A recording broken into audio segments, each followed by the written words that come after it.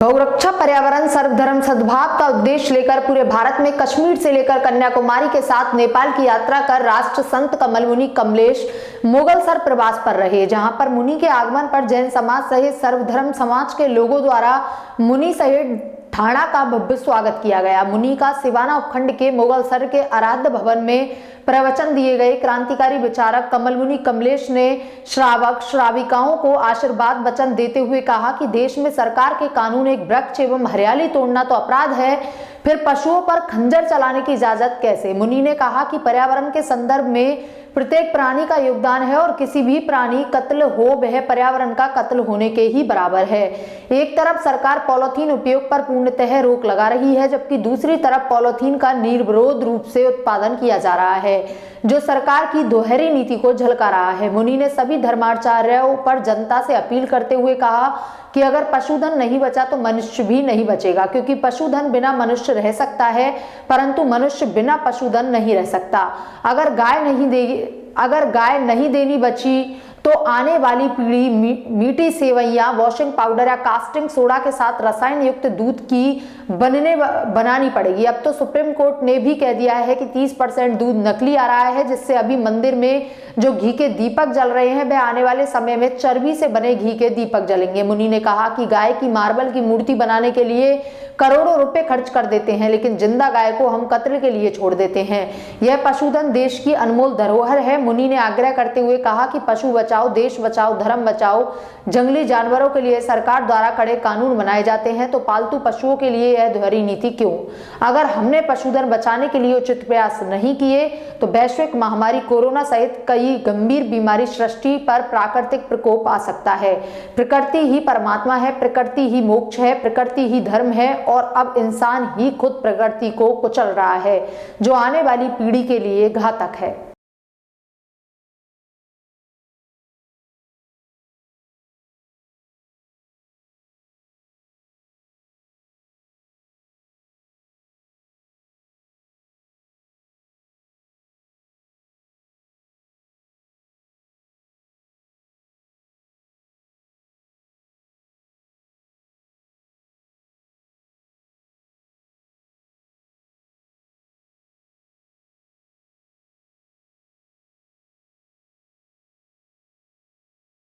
में आज अध्यक्ष पद के लिए नामांकन पत्र दाखिल करने के अंतिम दिन निर्वाचन अधिकारी व उपखंड अधिकारी शिवराराम के समक्ष भाजपा से सरिता नागर, कांग्रेस से प्रेमबाई गुर्जर ने नगर पालिका अध्यक्ष पद के लिए अपनी दावेदारी प्रस्तुत की। उनके साथ शहर अध्यक्ष भारत भूषण, गौतम ब्लॉक अध्यक्ष ओम प्रकाश जैन सहित कई कांग्रेसी कार्यकर्ता पदाधिकारी गण उपस्थित रहे। इस अवसर पर कांग्रेस पार्टी द्वारा घोषित अपने पालिका अध्यक्ष पद के उम्मीदवार के प्रति कांग्रेसी कार्यकर्ता एवं लोगों में आक्रोश देखने को मिला। लोगों ने नगर पालिका परिसर में ही अशोक चांदना मुर्दाबाद के नारे लगाना शुरू कर दिया। लोगों में कांग्रेस उम्मीदवार के प्रति असंतोष और नाराजगी साफ तौर पर देखी गई। लोगों का कहना था कि जब कांग्रेस पार्टी को नैनवा की जनता ने कई योग्य व शिक्षित उम्मीदवार चुनकर दिए, फिर भी पार्टी द्वारा एक अशिक्षित महिला को नगर अध्यक्ष पद पर सुशोभित करना कहां की समझदारी है? यह शहर की जनता के साथ एक छलावा है। कुछ लोगों ने इसे जातिवाद राजनीति का भी नाम दिया है। लोगों के बढ़ते विरोध को देखते हुए पुलिस प्रशासन को काफी मशक्कत करनी पड़ी। जल्दी ही पुलिस प्रशासन ने अपने सतर्कता के साथ स्थितियों पर काबू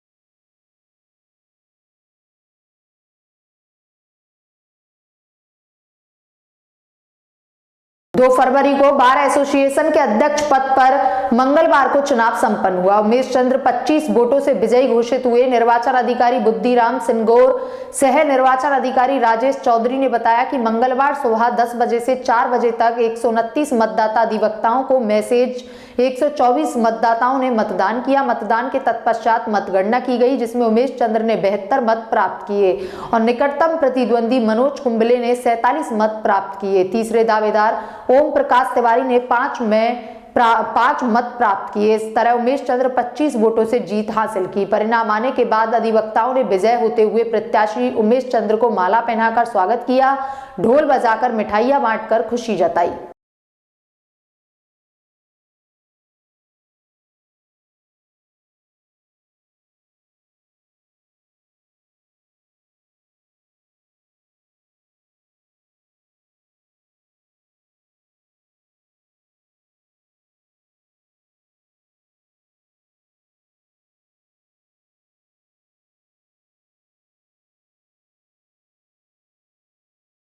मैं निर्वाचन अधिकारी बार संघ बयाना श्री बुद्धिराम सिंह और एडवोकेट आज दिनांक 2/2/21 को बार संघ बयाना अध्यक्ष पद पर चुनाव कराया गया है, जो बड़ा शांतिपूर्वक हुआ है, जिसमें अध्यक्ष पद हेतु श्री उमेश चंद्र जी शर्मा एडवोकेट, श्री मनोज कुंवर शर्मा एडवोकेट, श्री ओम प्रकाश जी तिवारी एडवोकेट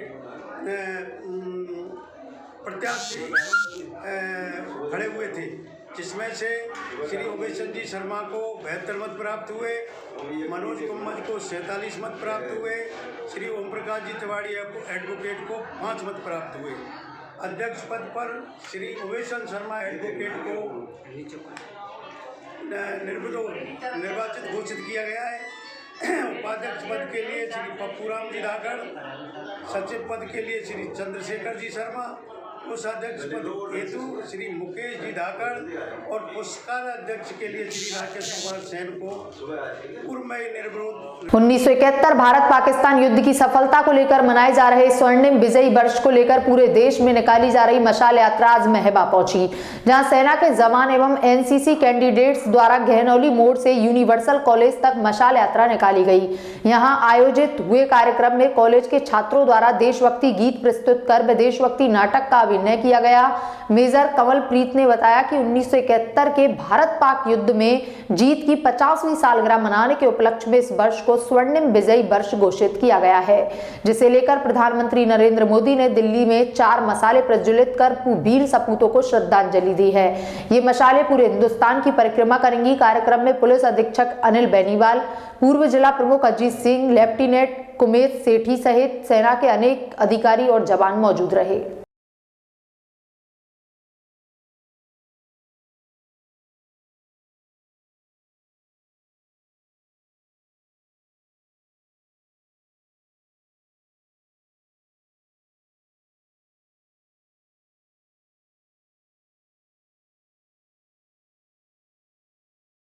सभापति पद के लिए कांग्रेस प्रत्याशी के रूप में ममता भाटी पत्नी मांगीलाल भाटी ने निर्वाचन अधिकारी के समक्ष अपना नामांकन प्रस्तुत किया। नागौर नगर परिषद वार्ड 11 से पायल गहलोत ने अपना नामांकन भरा। नगर परिषद सभापति के लिए निर्दलीय प्रत्याशी मीतू बोथरा ने अपना नामांकन भरा।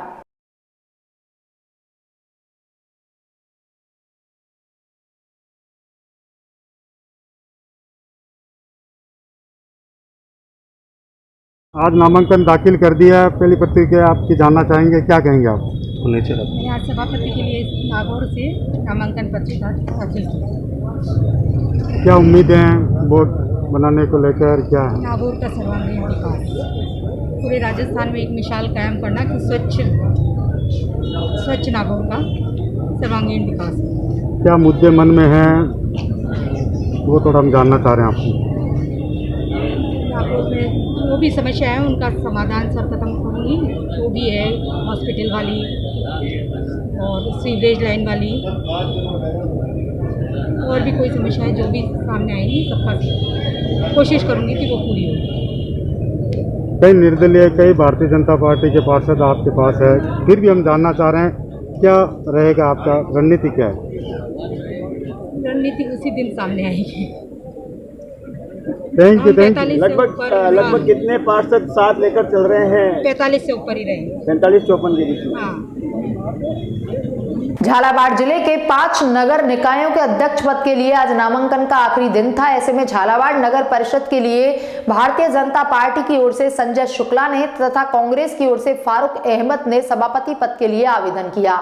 झालरापाटन नगर पालिका से भी पालिका अध्यक्ष पद हेतु भाजपा से वर्षा जैन तथा कांग्रेस की ओर से कविता त्रिवेदी ने नामांकन दाखिल किया। अकलेरा नगर पालिका से कांग्रेस की ओर से विजय लक्ष्मी ने दावेदारी जताते हुए नामांकन दाखिल किया, तो वहीं भाजपा की ओर से कैलाशी बाई ने भी आवेदन किया है। नगर पालिका भवानी मंडी में दोनों ही पार्टियों को बराबर की सीटें मिली हैं। ऐसे में यहां निर्दलीयों के भरोसे बोर्ड गठित होगा।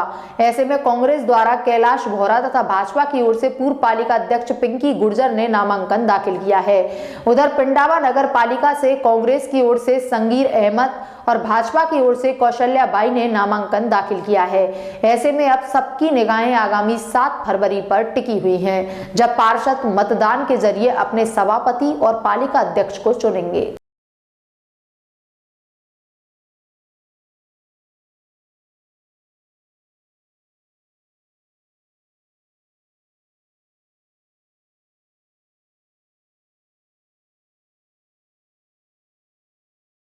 पूरे बाजारों में देखा नहीं जाता इस झालावाड़ शहर को इस प्रकार से खोखला करके छोड़ा खोखला। निश्चित रूप से जनता को पूरी राहत देंगे, जनता महसूस करेगी उस राहत को और विकास के कामों को सुचारू रूप से प्रारंभ करेंगे। झालावाड़ जिले के मनोहर थाना क्षेत्र में देर शाम हुए सड़क हादसे में एक व्यक्ति की दर्दनाक मौत हो गई।